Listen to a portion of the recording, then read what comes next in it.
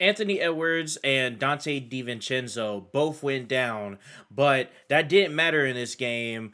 The Denver Nuggets are in trouble. They are now down 3-1, and while they may be able to pull off a couple of games, it's going to be hard to still come back, especially with Io DeSumo playing the way that he is. Hey guys, my name is Watu Shadows. Welcome back. We're gonna do a recap of the Nuggets and Timberwolves game four that just happened. Game four just ended. I want to say less than 10 to 15 minutes ago. So we're gonna kind of talk about the game and let's kind of get into it. Very first thing, Nikola Jokic. Nikola Jokic is not only a crybaby, but was absolute dog shit in this game. No ifs, ands, or buts about it. Let's kind of like really talk about it. Let's kind of get into the nitty and gritty of everything. So we're gonna go to NBA.com. We're gonna bring this up. So Nikola Jokic, just to start off. Also, let me zoom in for you guys real quick. Let me zoom in. All right, perfect. So Cameron, like Aaron Gordon before the game, they decided to let Aaron Gordon play when Aaron Gordon was dealing with that left calf issue that he was going around. It kind of from the start of the game, you can kind of tell that Aaron Gordon just didn't look right. Aaron Gordon was moving slow. He didn't have the explosiveness that he usually has with him. He was still able to hit like a couple of tough shots, but you just clearly know that he wasn't the same. Matter of fact, I think around like the middle of the third quarter, they had like pulled him out, or like early third, they pulled him out, and he just didn't play the rest of the game. That's the reason why he only ended up with 23 points. But yeah, Aaron Gordon, it was there for them to give the Nuggets morale, but that didn't end up going long for them.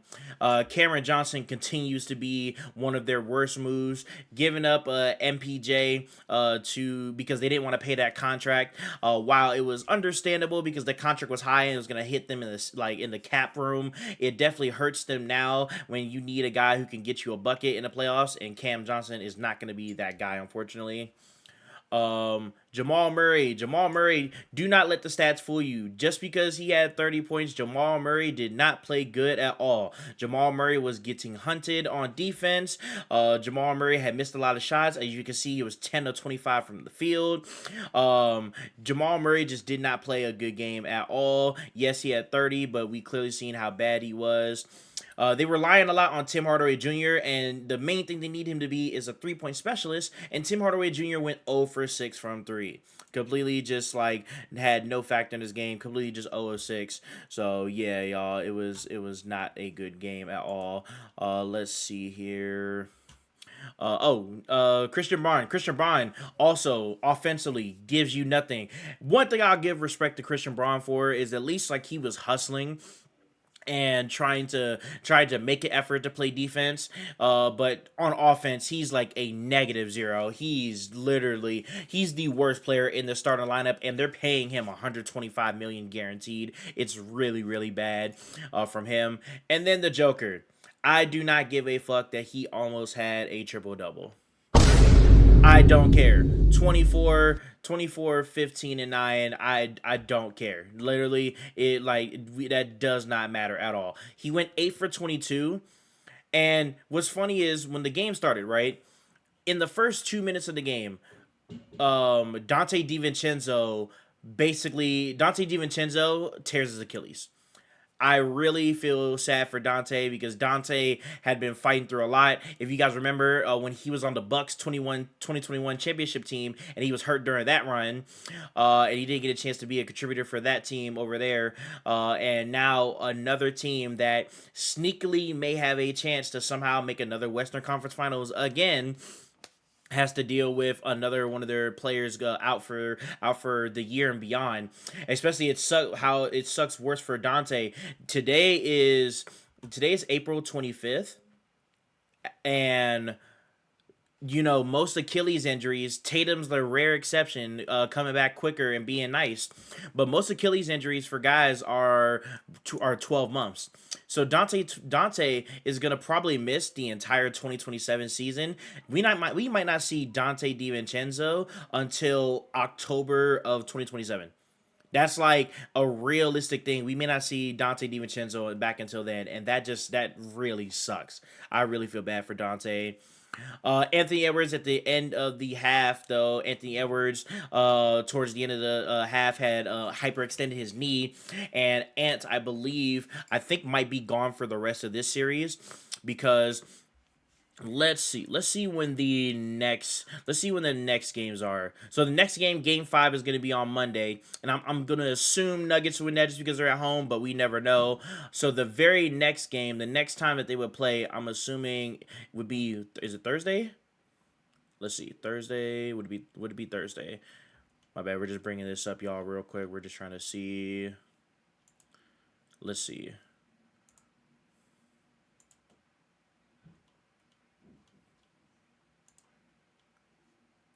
All right, NBA, you don't got to bring that up. Yeah, so game 6 would be Thursday this upcoming week. So if the Nuggets win on Monday, it's in game 5 to make a game 6. Game 6 is going to be Thursday of next week. I don't think that's quick enough for Anthony Edwards to come back from a hyperextension. You're really asking a lot. And then game 7 would be the following Saturday. So we're talking about pretty much like, if only way I could realistically see Ant maybe come back would be in a week, would be game 7. And again, you're asking him after he's already had a bad right knee. His right knee was the one that was already having issues, and then he hyperextended his left knee. You're kind of asking him to try to come back in a week to play one of these games. I just don't see it happening realistically. Now, I think that the Wolves should be able to pull it out, especially, again, how they hunted Jokic and Murray in these games. I think that they should still be able to figure it out. But still, as you guys can see, there is still, it's still, a lot to ask of the guys there. Let me bring the stats back up real quick. Yep, here we go. Bring it back up. But yeah, Jokic started this game off hot. Jokic had hit. I think it was like 4 or 5 started from the field. He had 10 points go at the end of the first quarter. Ended the half with 14. Jokic seemed like he was going to be on the way to a decent, I would say, like 28 and 15 type of game. And instead, what ends up happening in the second half, Rudy Gobert. Obviously, Rudy Gobert only had 4 points and didn't have that much, but Rudy Gobert, 15 boards. There was a point in the game, funny enough, it was funny. Rudy started feeling himself. I think they were up. I think the Wolves. It was the fourth quarter. I think the Wolves were up like 11, and they inbounded the ball to Rudy at the 3-point line, and Rudy decided to take a 3. And the crowd, Minnesota's crowd, was like really feeling it. They were like wanting to explode, and he ended up. It just, like, funny enough, it barely went out. Like, it wasn't like a bad miss. It's like it hit the rim, almost. It just didn't go out. But yeah, man, Rudy. Yeah, Rudy was trying. Rudy was definitely trying.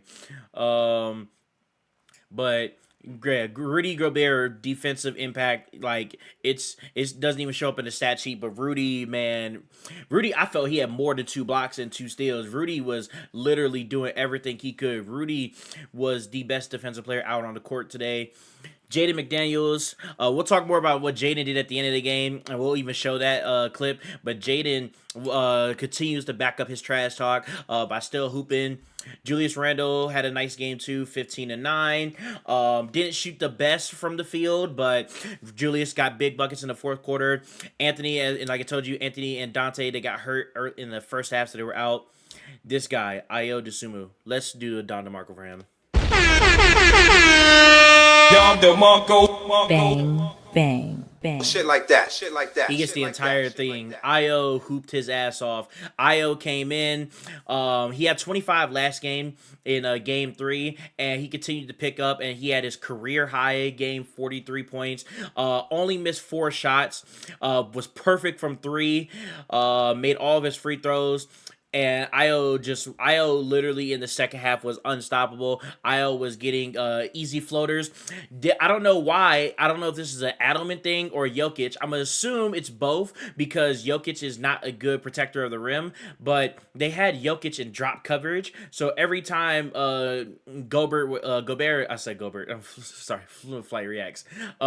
every time Gobert would come up and set the screen, Io would go around the screen and he would attack Jokic. And Jokic doing drop coverage, Io would just go with the floater and would just get it every single time. They ran this action. They spammed this like multiple different times. I've seen this. I believe there was at least like 4, maybe 5 plays that he did this and gotten open buckets on it because Jokic was not going up. Because the crazy thing is, if you guys know how Rudy Gobert is, Rudy Gobert, most of the people on the Timberwolves, they never throw him the ball when he's rolling. He's not like a good, like, he's not somebody that has great hands. So when he rolls to the basket, anytime most people try to get him the ball, they hate throwing the ball to him because he doesn't have good hands. So he wasn't, if Jokic were to step up on the screens, it's not like you were worried about Gobert gonna do anything. He's not an Anthony Davis. He's not he's not an Embiid. He's not like any of these like really strong centers, like Mitch Robinson. He's not any of these centers that you can expect that he's gonna have the ball, like, good hands and just gonna take one dribble or dunk it. That's not what you would expect from Gobert. And they literally just continued to allow Jokic to be in drop coverage. Jokic would drop. Io would get an easy floater. Nas Reed would hoop it off the bench too. Nas was 17 and 9. Salute to Nas. Bones had a couple of shots too. Shout out to Bones, man. Yeah, a lot of, pretty much everybody stepped up. I think the Wolves off the bench, they had like 70 points off the bench in total. Yeah, him and Io together, this is 60. This is like 60 something. They had more than 70. They had, oh my god, they had more than 70. They had almost 80 points off the bench. Almost 80 points off the bench. Salute to them, man. They did their thing. They did their thing today, and that's what you want to see. This is the type of bench production that like people would love. And what's crazy is, if I remember correctly, Io only went for a second round pick. There was a lot of teams that needed a guard, microwave type of scorer off the bench that could come get them, i.e. like a Io, a Colin Sexton, etc. And nobody had traded for these guys at the deadline except the Timberwolves. Timberwolves gave up a couple seconds, and look at Io when they need him the most. Step the fuck up today. It was really, really great. Let me show you guys really quickly. I don't want to show you the injuries. I really don't. The injuries suck. I don't want to show you guys the injuries, but I do want to show you the end of the game because I want to talk about what Jaden McDaniels did. So let's show the end of the game real quick. Let's bring that up. Let's bring end of the game here. Here we go. Okay, cool. Here we go. An inspiring victory for the Minnesota Timberwolves in a contest that will be forever known as the Io DeSumo game. Jokic and McDaniels square up. Players trying to break it up. There's still 1.3 remaining. Yeah, this right here, hold on. Players trying to break it up. This right here from Nikola Jokic is one of the softest things that I've ever seen. If you were really mad that he scored the bucket there, you should have played defense the entire time for 48 minutes. The Nuggets, as he did, right? Y'all, as you guys know, Jaden's smiling right here. Jaden is not phased at all. Jokic is pissed off. Everybody's over here trying to back their guys. Aaron Gordon also, by the way, comes off the bench. Where is it? Where is Aaron Gordon? Aaron Gordon over here came off the bench because they know they're supposed to stay over here. Square up. Players trying to break. Did I miss that on it? Hold on. Because Aaron Gordon came off the bench. Games. Jokic and McDaniels. Aaron Gordon came off the bench over here. This is AG right here, but he came off the bench over here. Aaron Gordon 1,000% came off the bench over here, and Aaron Gordon definitely knows that he was wrong because Aaron Gordon 1,000% came off the bench and knows he wasn't supposed to do that at all. So I expect Aaron Gordon to be suspended. I don't know if any of these guys, because the scuffle kind of went over into their area, so I don't know if that's considered leaving the bench, but a lot of people, but there should be some suspensions handed out by the NBA. So a lot of you might see some people miss out on game 5 on Monday. I would expect I would expect that Jokic and Julius Randle are going to get fined. They may fine Jaden McDaniels, although again, Jaden didn't really do anything. Jaden just laid the ball up, and again, the ball is it's still in play, right? The game is still live. It doesn't matter what the final score is like the game is still live. It doesn't matter there. And again, if the Nuggets wanted to stop him, they should have took Jaden's words seriously, where he said they can't guard, and they should have guarded up and not allowed 112 points. Simple as that. That's just like simple basketball to me. Um, that's kind of really that there. Any really plays I want to show? Nah, I don't really want to show any plays.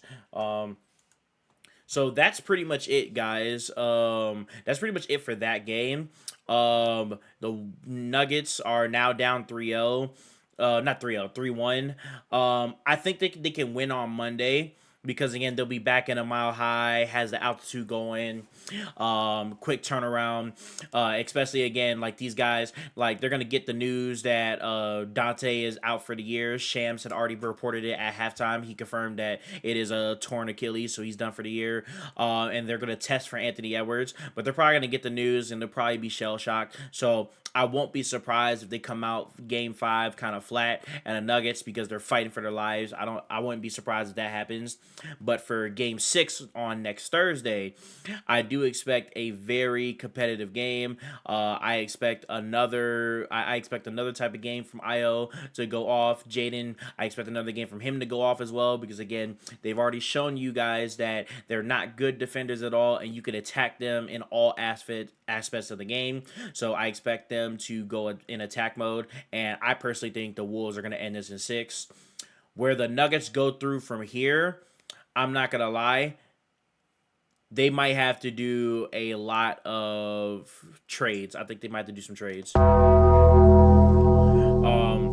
gonna have to get off some contracts. Christian Braun is not a good offensive player.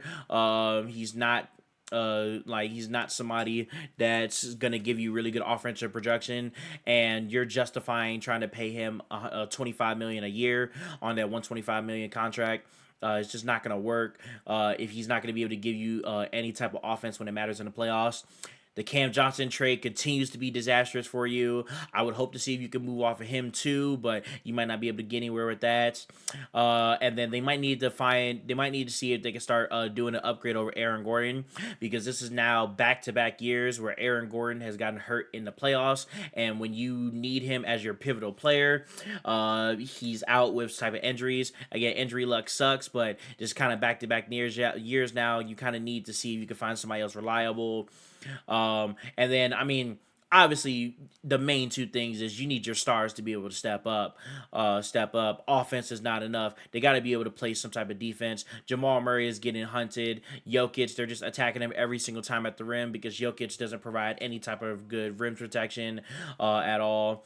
So, yeah, I would say the Nuggets, they need to do a full retool in the offseason. They need to get off of a lot of contracts and make some decisions on players because you already know you're not going to get any free agent signings like in Denver. That's just not naturally how the small markets go. It sucks how the NBA works that way, but we know small markets that aren't really desirable. They're not going to get free agent signings there. So you're going to have to definitely make some trades and get off some contracts. So definitely would suggest doing that. But yeah, y'all, the Nuggets are down 3-1. I don't see a way, even with Anthony Edwards and DiVincenzo out, I still feel with the way that we kind of seen how the flow of play was going and how they were attacked, I still see the weaknesses in this team, and we see how that it's very possible the Wolves can pull this series out, and I think they do it in Game 6 next Thursday. So I think it's over.